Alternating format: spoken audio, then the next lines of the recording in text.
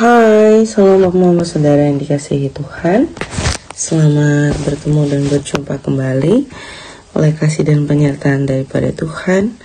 Saya senantiasa berharap Bapak saudara semua dalam keadaan sehat walafiat dengan penuh rasa syukur kepada Tuhan.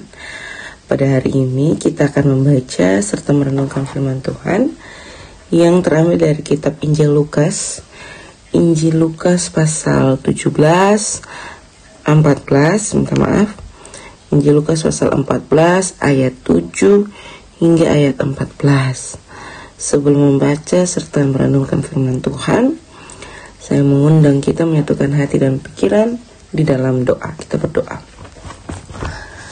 Bapa di dalam surga, Bapa yang kami sembah lewat anak-Mu Yesus Kristus, terima kasih Tuhan untuk kasih setia dan penyertaan Tuhan di dalam kehidupan kami. Kami boleh bangun di pagi hari yang tubuh sehat dan nyaman dan menikmati berbagai aktivitas kami Tuhan. Pada saat ini Tuhan, kami akan membaca serta mendengar dan merenungkan akan firman Tuhan. Kami memohon Tuhan memberkati, biarlah apa yang kami baca, apa yang kami renungkan, semuanya itu untuk hormat dan kemuliaan bagi nama Tuhan. Mengampuni salah dan dosa kami Tuhan. Di dalam nama Yesus Kristus kami telah datang dan berdoa. Amin.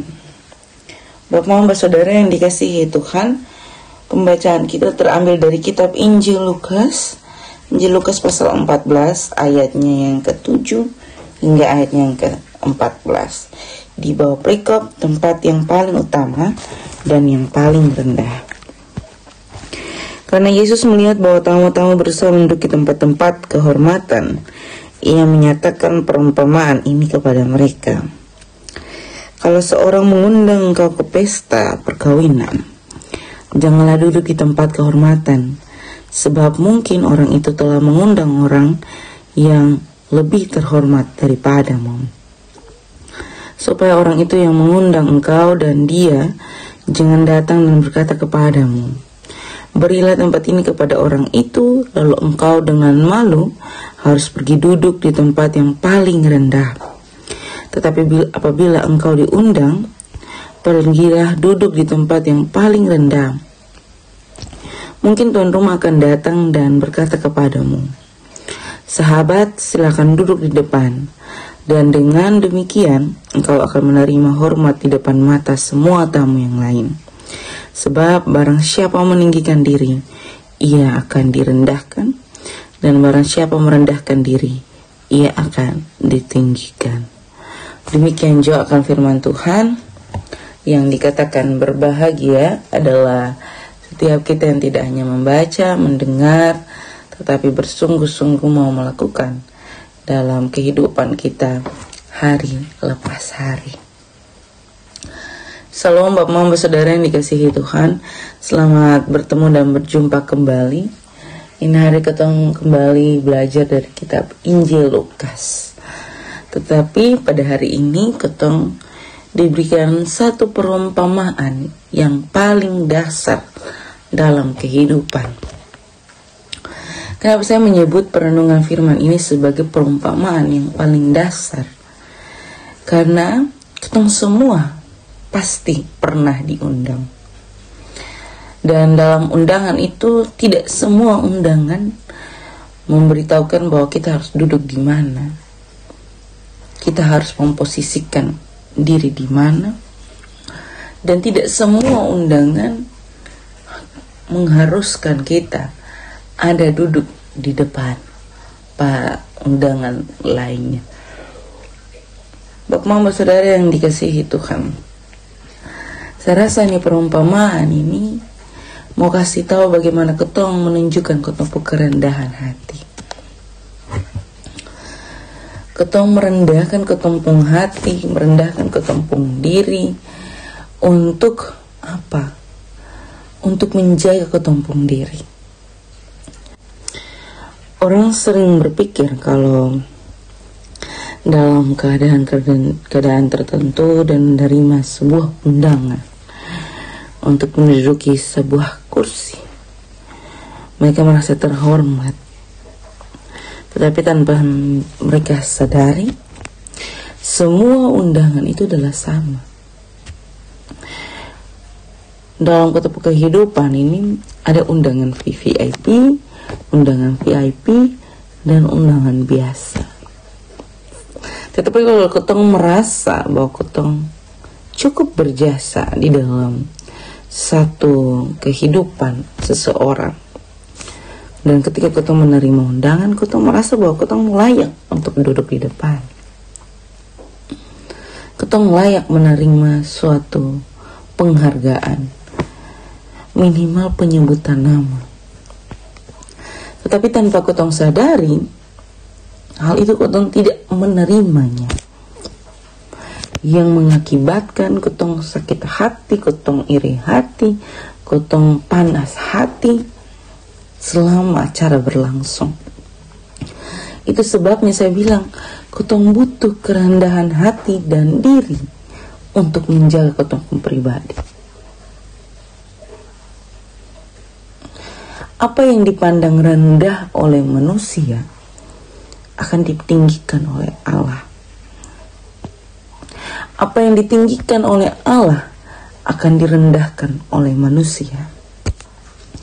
Ini sebuah perumpamaan yang sangat-sangat dasar dan sangat-sangat baik, yang terus ada di dekat ketong pribadi. Dia tidak jauh, dia ada di dekat ketong.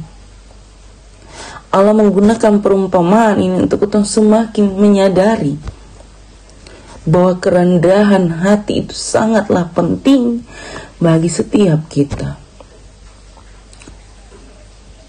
Dengan ketemu kerendahan hati, bisa menerima segala hal, bisa mengelola segala hal, dapat menolong ketong untuk dijauhkan dari segala sakit hati, segala iri, segala kepanasan hati.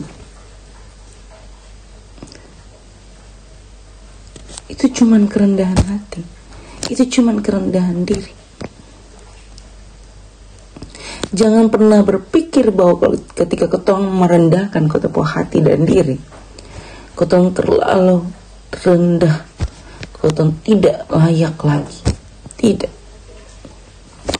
Dengan ketong menempatkan ketong pun diri pada ketong posisi, ketong lebih merendahkan ketong hati daripada ketong posisi. Dengan begitu ketong lebih siap menerima segala sesuatu yang terjadi. Jadi kita tidak tunggu lagi orang minta maaf. Tidak. Dengan sendirinya kita berdamai dengan keadaan yang telah Tuhan percayakan. Karena apa? Karena kita tahu di mana posisi pribadi kita. Perumpamaan yang sangat-sangat indah ini, saya senantiasa berharap Bapak Mama Saudara semua dapat mengerti dan melakukannya dalam kehidupan hari lepas hari. Selamat menjadi berkat dimanapun Bapak Mama Saudara semua berada. Tuhan menolong dan memberkati kita. Amin untuk firman Tuhan. Untuk menutup renungan pada saat ini, saya mengundang kita menyatukan hati dan pikiran di dalam doa. Kita berdoa. Bapa kami yang dalam surga, dikuduskanlah namamu. Datanglah kerajaanmu, jadilah kehendakmu di bumi seperti di surga. Berikanlah kami pada hari ini makanan kami yang secukupnya. Dan ampunilah kami akan kesalahan kami, seperti kami juga mengampuni orang yang bersalah kepada kami. Dan janganlah membawa kami ke dalam pencobaan, tetapi lepaskanlah kami daripada yang jahat. Karena Engkaulah yang punya kerajaan dan kuasa dan kemuliaan sampai selama-lamanya. Amin. Salam Bapak Mama Saudara semua. Selamat beraktivitas. Tuhan senantiasa memberkati kita semua.